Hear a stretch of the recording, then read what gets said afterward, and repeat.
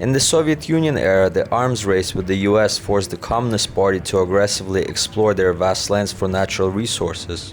One of them was uranium. Due to its high importance in atomic weapons development, uranium processing towns were secret and closed. Most of the mines began to shut down with time, and many turned into ghost towns. The radioactive waste from uranium caused dangerous living conditions for decades to come. One of the towns is Mailbox 200. Good morning from Kyrgyzstan, here in the middle of Central Asia in Fergana Valley. Today we're in a town called Mailuu-Suu, which is similar to Krasnogorsk in Uzbekistan, because both of them were closed towns. What differentiates this town from Krasnogorsk is that it has 23 uranium burial sites, and this is the reason why this city falls into the top 10 most polluted cities in the world. Vedete che questo villaggio ha la classica architettura Mailuu-Suu is a small town of 22,000 people. It gets its name from the oil that they found here in 1903. Maili translates to oil and Suu is water, so oil water city. However, that industry never took off here, but they did find uranium, and why I'm here today is to find out what happened to it, because the mining shafts closed in 1968. That's over 50 years ago, and it's still considered as one of the most dangerous places to live. Mailuu-Suu is the first place in USSR where they began to excavate and process uranium. And supposedly the locals say that this uranium was used to build the first atomic bomb. After the mining shafts were closed down, they opened electric lamp factory. This factory is the largest lamp producer in all of USSR. Well, at least it used to be.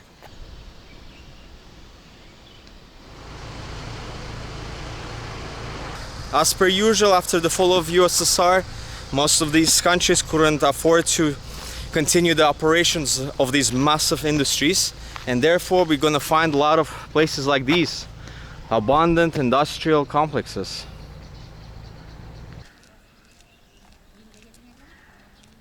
Similar story as Krasnogorsk, this town consists mostly of Russian specialists, Ukrainians, and actually some Germans just as well. At the moment, the whole population had shifted, and now we have the local Kyrgyz living here.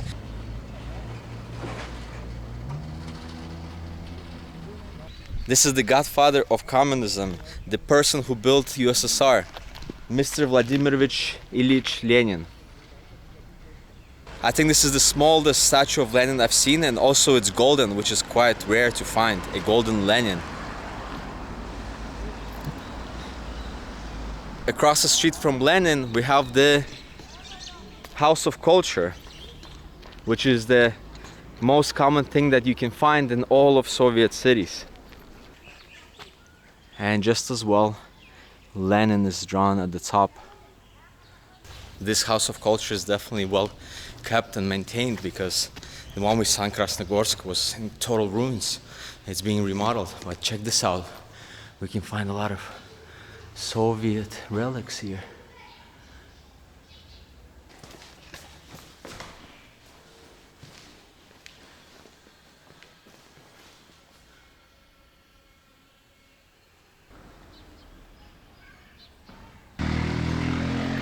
I want to draw your attention to the buildings. This city dates back to 1946, so at that time they had 2 3-story houses, and this is exactly the style. Look, you can see the wooden frames of the windows, brick all over the place.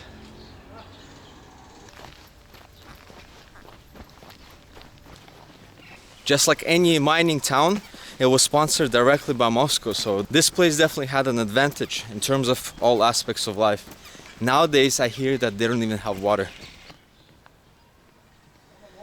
Check this out, we found an Orthodox church, which is quite rare, especially in Central Asia, because here it's mostly Islam that is dominating the public religion.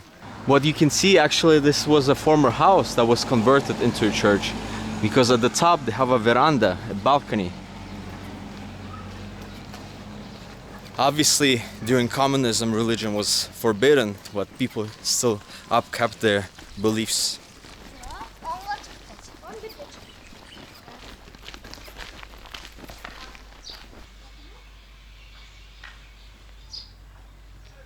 Whenever I find a stadium in these parts of the world, they always have the Olympic symbol. I don't know why exactly that is. Definitely there was no Olympic Games here, but Have you seen goats in the middle of a field? In these mountains, they have the waste burials from uranium here. And supposedly, if you go to the very top and use the dosimeter to check the levels of radiation, it reaches all the way to 500. But let me tell you later about that story when we get to the mines.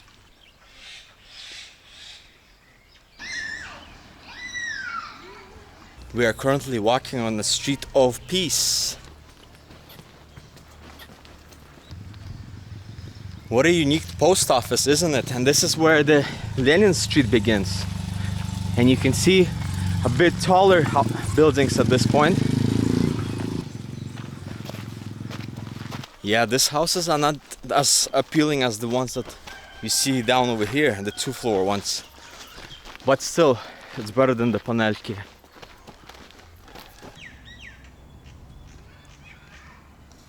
You can tell from the architecture of the school how wealthy the town was and how prosperous they were living, and why the neighborhood towns were jealous of them.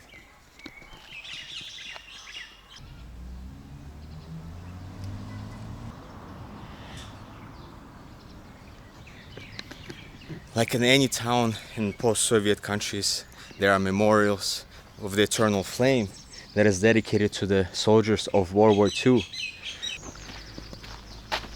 And across from the memorial, we have the Cinema October. And this one is definitely abundant. But let's look.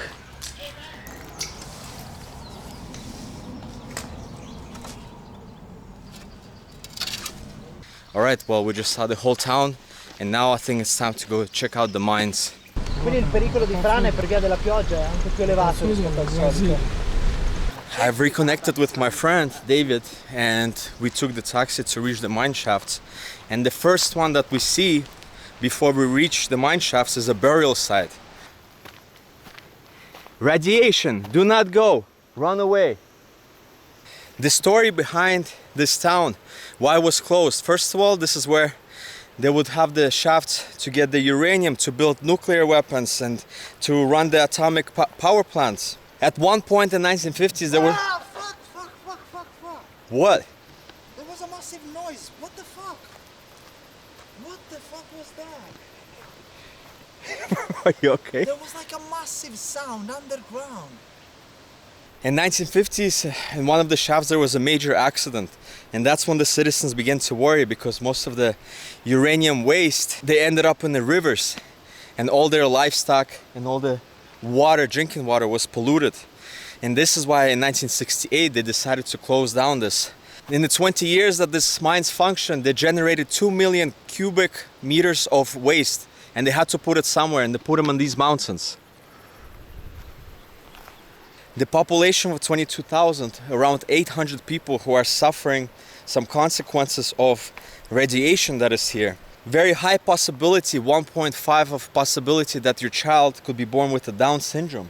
It's really a bad place to live, honestly. Especially when the mudslides happen here, earthquakes and rain, a lot of the stuff gets shaken up and released into the air or into the river stream, which is nearby. It's pretty cool. What I think is interesting is that, if you know, unlike most radioactive signs that you see in the former Soviet Union, this sign is new. Like, it's pretty well maintained, right? So it's like the Republic of Independent Kyrgyzstan is actually doing their best to keep the population out of this. It's not just radiation, there's a dude. That means this place is pretty messed up. The government actually does not deny the fact that there is some waste and some radiation going on here. But they never have relocated the population that lives in Mailuu-Suu. Quindi il pericolo di frane in questa giornata che abbiamo scelto.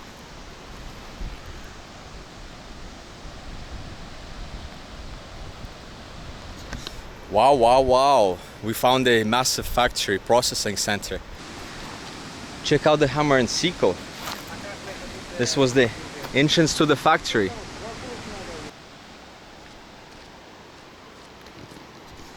It's an impressive construction. You can kind of get a feeling how it used to be, since these places closed down quite some time ago, over 50 years. We can see they use some type of a stone.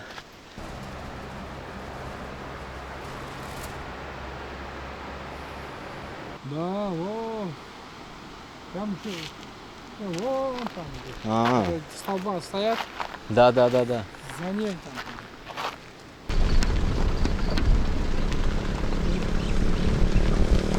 We have found one of the mines that used to operate. Check this out.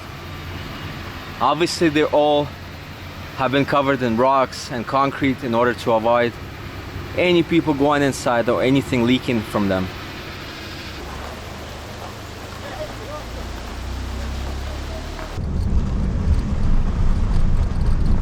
And we are back where we started. Thanks for coming on this small journey with us to the small Soviet mining town.